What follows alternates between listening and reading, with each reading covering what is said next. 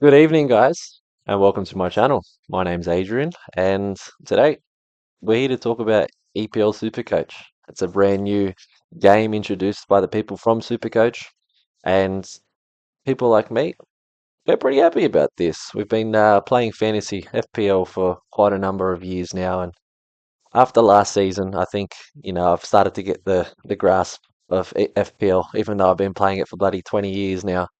I finished top 0.2% last year, and I'm pretty happy with that. So, there's no one really talking about Supercoach EPL at the moment, so I'm going to put my neck out on the line and try and make some content for you guys. And today we're going to talk about, just the entry level stuff, scoring, and we'll have a look at my team, my first initial draft. I've just finished it, so we'll see what you guys think, and I'll see how I feel. But I know I'm going to change this team many, many times. But first of all, we're going to get into how the scoring system is, and for some reason I can't find it online to bring it up on here for you guys and show you guys, but we're just gonna go through it quickly, and it's quite similar to FPL actually. The new updated FPL, it's changed. That's changed a lot in the last, since the season's finished, and they've made some adjustments. I'm not a big fan of that personally. I think it's not broken, don't touch it. As they say, just don't. If it's not broken, don't fix it. But goalkeeper scored. It's 14 points. Defenders 12, mids 10s, forwards 8, so it's a bit different. Own goals -6 across the board. An assist is an 8 and an 8 for goalkeeper and defender, and 6 and 6 for a striker and a midfielder. A clean sheet for a keeper is worth 8. Defense 6, midfielder 2, where the forward gets nothing. It's a little bit different to FPL. Goals conceded, both defenders and goalkeepers will receive -2. Shots per shots is 1 point for the goalkeeper, whereas the FPL, I believe it's after 3 and then it's after 7. I'm not too sure. A penalty save is 8. Penalty missed across the board is -6. A penalty conceded, so if you're at fault, it's -6. Well, I hope that's the case, because if that's across the board, that's scary. Key passes rounded up to nearest hole is half a point. So that sounds to me like it's just going to be 1 point all the time, if I'm being honest. Accurate cross, rounded up, half a point. Successful dribble, half a point, rounded up. A tackle, half a point, rounded up. Aerial duel 1, 0.2, rounded to the nearest whole number, so that's a little bit different, as well as clearances, they're 0.2. Being dispossessed, losing possession of the ball, is minus half a point. Blocked shot, so that would be mostly your midfielders and defenders. I don't expect, unless you're Darwin Núñez, to be coming back blocking shots, is 1 point. Interception, rounded up to the nearest whole number, is half a point. Yellow card is -2, and a red card is -6. And of course, they've got the same as playing past or more than the 60-minute mark. Obviously, 2 points versus 1 point. But let's get into it, and we'll look at my team to begin with. So this is my initial draft, so please don't crack it at me. So first thing I want to talk about is Florian Wirtz as a forward. I don't like that. I'm not going to like that. I like his price point, but I'm not going to like that. And something as much as, 12.7 for a Cole Palmer, it's quite similar across the board to the FPL prices. I've had a look at them, and I'll bring that up shortly. But yeah, it's similar, but it is different. As I said, the scoring system's a lot different. Well, not a lot different. It's quite similar to the newer, updated version of FPL, but it's going to take some time to get adjusted to. But in this version, the Supercoach version, I think it takes more into consideration what, say, a defensive midfielder would do, like a Caicedo or something like that. So I think it's very open and very different. My approach to this team for now, I've got 1.5 million in the bank at the moment. My approach is to keep money in the account just in case I want to make some moves, right? I've started off with Vicaria and Leno because they've both got interchangeable early good runs. When Leno's got a good game, Vicaria's got a more difficult game. Like, I think the second week is Man City, or it could be the first week. I'm not too sure. I went quickly through the fixtures. But you want to look at and focus on more so the attacking backs. That's why I've got with Doggy Frimpong.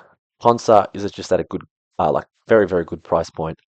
Juve is the new signing for West Ham, and I think I think that's a very good price. He was signed from Sparta for 19 mil, I believe, and you're not paying that much for a left back to not start him for West Ham, let's be honest. And Truffett's come in to take over Milos Kerkeš's place for Bournemouth. Cole Palmer, I think he's going to be one of the only players in that Chelsea team that are going to be playing week in, week out. Declan Rice, and this is where see I would not pick Rice in FPL, but I would more so pick him here because of all the other little things that add up to his score.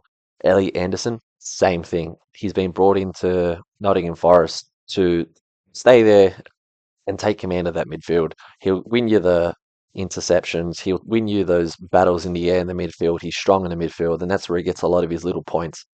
I've just added in Adingra because I liked him at Brighton. I thought he was fantastic, and he not fantastic. I just think he has that spark of a player. And at 4.6, I'm willing to think, you know what, he's going to provide me some goals or some attacking flair that I'm going to get some points out of that. Same with Lewis Skelly. I know he's going to be listed as probably a left back, or now that I think of it, if he is a left back, I don't like that. But I'm thinking, how much money is he going to make for me in the next, say, opening 8 weeks, right?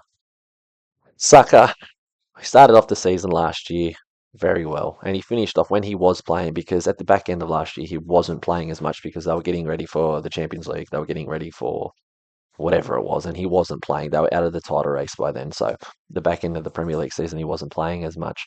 Verts, as I said, I think he's going to be involved in everything Liverpool does. So I like 8 million, but I don't like that he's a forward.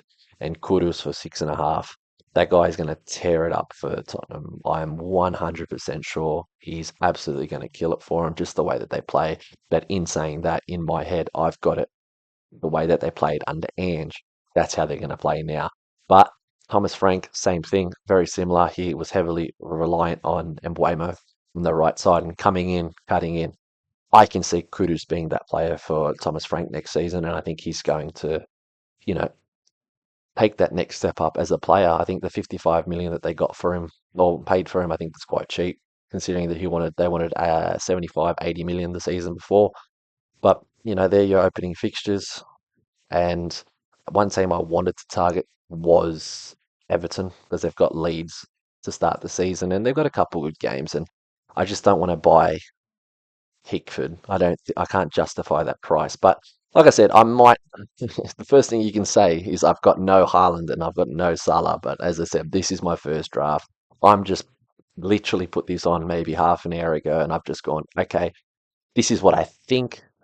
I know Salah's personally. I'm a Liverpool fan. I think Salah will start the season off slower than other seasons. That's my personal opinion because I think it's going to take a while for him to adjust to Florian Wirtz and some other players in the team. Or he can do exactly what he did last season and just hammer it. And Haaland might start slow again. So I don't know. If I wanted one of the two to start with, I would probably lean to Haaland because I think the start of the season, I think he's got some nice fixtures. Week 1, what's he got? He's got Wolves. Week 2, they've got Tottenham. That's goals. And week 3, where is he? He's got Brighton, and that's goals too. So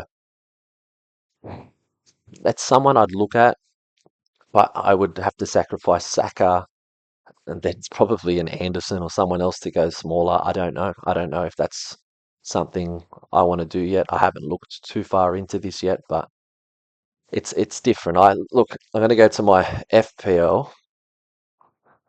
I haven't done this team. I've just auto picked it just because I wanted to show something Verts. And he's 8.5, but he's a midfielder here. And I think that is going to annoy absolute out of me in the Supercoach this season. I don't think they should have done that. I think that's going to hurt because the attacking spot or the forward spot is so valuable in this game. You're taking away from an Isak Haaland and having that other player when you get to the end of the season. So when you get to the end of the season, you can't have both Verts and Salah, one in midfield, one in attack. You can end up going with both of them, but really, do you want to go Verts, Salah, and then you got to pick Haaland or Isak or bloody who else is there? I think even Embuemo is he's classified as a forward. Yes, he is a forward now. He's a winger, but it's different, and it's not the same as FPL where you've got more luxury to change it up. So Embuemo is a forward here as well now, I believe. Let's have a quick look. Where is he? One of zero. Uh, I think it's just going to be difficult. Where is he? Where is he? Where is he? Where is he? Mboimo. Is he here? No? Is he a midfielder? He is a midfielder here as well. See, that's gonna that's gonna hurt in the long run, and I don't like that. Also, excuse my mic. It's last minute. Bloody chucked it on.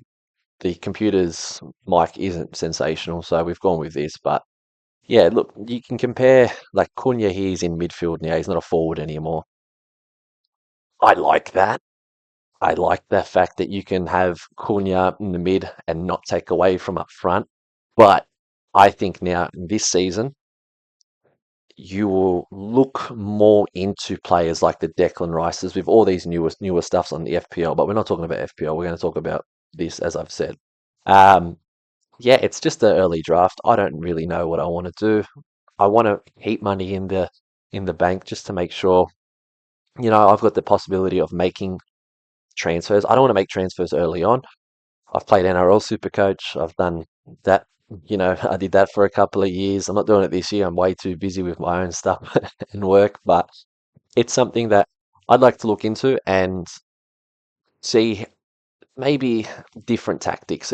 If I could have created two teams, I would, but we're going to go first year and learn as much as everyone else is this year. So look, that's just the entry level stuff. But if there's early players I'd want to look at, I'd be looking at Cole Palmer's.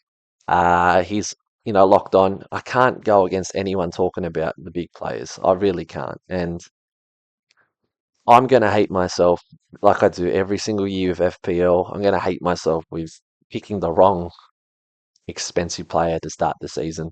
Last year, I had Haaland to start. I didn't have Salah, but I changed. I think week 3, quickly moved across and forgot about Haaland for the rest of the year. So the other things about this super coach, where is it?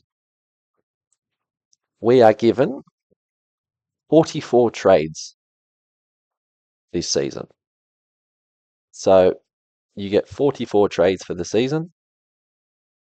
In the FPL, I think last year, I think I only made, not including the wild card, I think I only made 19, something like that, or something very low. So that entices me. I like that. I really do like that. What I'm going to struggle with personally, I don't know what everyone else is going to struggle with, is how different the scoring is and keeping up to date. I think we'll learn very quickly that there might be one or two defensively minded players like a Idrissa Gana Gay or someone, because I believe he had the most tackles last season.